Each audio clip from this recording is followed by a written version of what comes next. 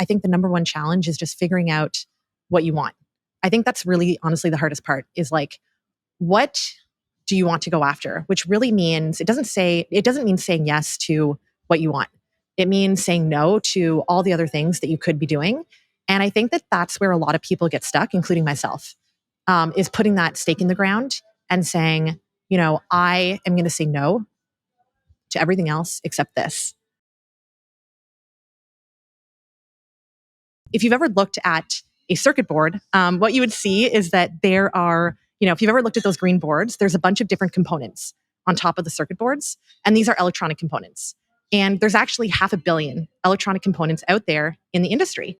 What we are doing, for each of those components, there needs to be a digital representation of that component for your circuit board design software, for the purposes of designing, for simulating, for testing, for manufacturing. And it's not just one digital model that's needed per component, it's actually many. So the content that we provide ultimately gets manufactured. And not only does it get, manufactured, which of course means it needs to be very accurate, but it is extremely detail oriented. There's probably hundreds of different data points and decisions that go into creating the average model. And if even one of those is off, just say a particular dimension is off by a fraction of a millimeter, this will cause the boards to not be manufacturable, which means that the engineer will waste thousands of dollars potentially on a manufacturing run. But not only that, they'll also have delays, weeks of delays for different prototype iterations and so on.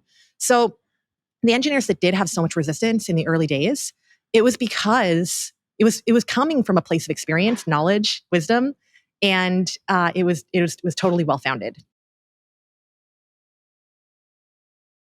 I think the first thing that's so important to remember is that if you are building something that people want, you're going to have competitors.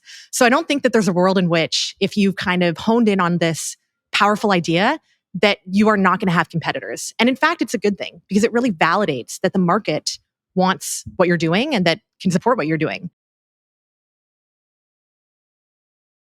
I'll also give you a more nuanced answer though, because I think that, yes, you can form a moat around your product. But I think, through all these different ways, but I think the best way to do it, or the best way for us, has been to listen to our users at every step of the way, really understand their needs, really understand their pain points, and translate that into product features and kind of all these little small aspects of our product that are impossible to replicate. That's something that a competitor can't even pinpoint. They can't even pinpoint the essence of what it is that is causing the engineers to, or, your community to be attracted to you. I think it was kind of those tiny little things that demonstrated to me that we were bringing value into the world and that we were making an impact for people. So I'll just give you an example of like a very early, win for me at least. And that was, we had set up a company phone number that we'd put on the website. And I remember being at the gym and I was on the elliptical machine and one of our users actually called this number and he wanted technical support.